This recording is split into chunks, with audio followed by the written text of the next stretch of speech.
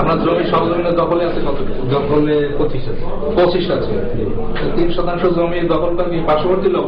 হ্যাঁ, পার্শ্ববর্তী লোক। কি ডকুমেন্ট আছে? খরিদ সম্পত্তি নাকি? বর্তমান নকশা এবং স্লিপ অনুযায়ী 25% আমরা আপনাকে রেকর্ড দিলাম। এই হচ্ছে আপনার পর্সা, কাইন্ডলি ধরেন, স্লিপ এবং দলিল।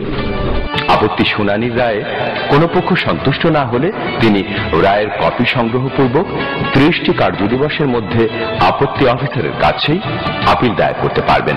একইভাবে আপিল অফিসার নিয়োগের মাধ্যমে শুনানি সম্পন্ন হবে এবং গৃহীত সিদ্ধান্তের আলোকে প্রয়োজনীয় সংশোধন করা যাবে।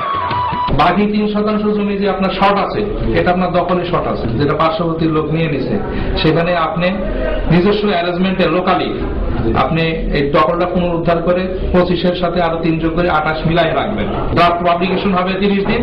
এরপরে ওই 30 দিনের ভিতরে আপনার আপত্তি কেস দায়ের করতে হবে। আপনিও নোটিশ পাবেন, আপনি যার বিরুদ্ধে মামলা দিচ্ছেন সেও নোটিশ পাবে।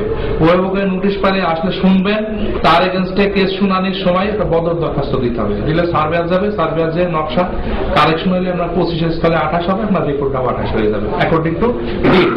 ঠিক আছে? সনাতন পদ্ধতির মতো একইভাবে আপত্তি অফিসার নিয়োগের পর শুনানির মাধ্যমে বিরোধ নিষ্পত্তি হবে। তবে আপত্তি মামলার রায় প্রস্তুতকৃত ভলিউম ও কম্পিউটারে ধারণকৃত খতিয়ানে একই সাথে তামিল করতে হবে। তসদিক পর্যায়ে খতিয়ান ডেটা এন্ট্রির কাজ করা হচ্ছে, ফলে আলাদাভাবে সেটেলমেন্ট প্রেসে খতিয়ান ডেটা প্রেরণ করার প্রয়োজন হচ্ছে না, আর সে বিধায় মুদ্রণজনিত সময় সাশ্রয় হচ্ছে। জরিপের ডেটা সংগ্রহের সাথে সাথেই প্রসেসিং এর মাধ্যমে নকশা প্রস্তুত ও মুদ্রণ করা যাচ্ছে, ফলে ছাপাখানায় পাঠানো ও মুদ্রণজনিত সময় সাশ্রয় হচ্ছে। ডিজিটাল পদ্ধতিতে জরিপের ক্ষেত্রে খতিয়ান প্রিন্টিং প্রেস বা নকশা প্রিন্টিং প্রেসের মুখাপেক্ষী হতে হচ্ছে না।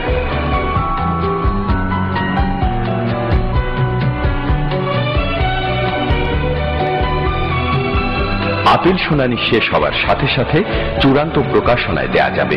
যেহেতু তাৎক্ষণিকভাবে কম্পিউটারে ভুলগুলো শুদ্ধ হতে থাকে, সেহেতু চূড়ান্ত যাঁচের ব্যাপক প্রয়োজন হয় না, সেহেতু দ্রুত চূড়ান্ত প্রকাশনা দেয়া যাবে। চূড়ান্ত প্রকাশনার 60 কর্মদিবস পরে সনাতন নিয়মেই গেজেট বিজ্ঞপ্তির জন্য ভূমি মন্ত্রণালয়ে পাঠানো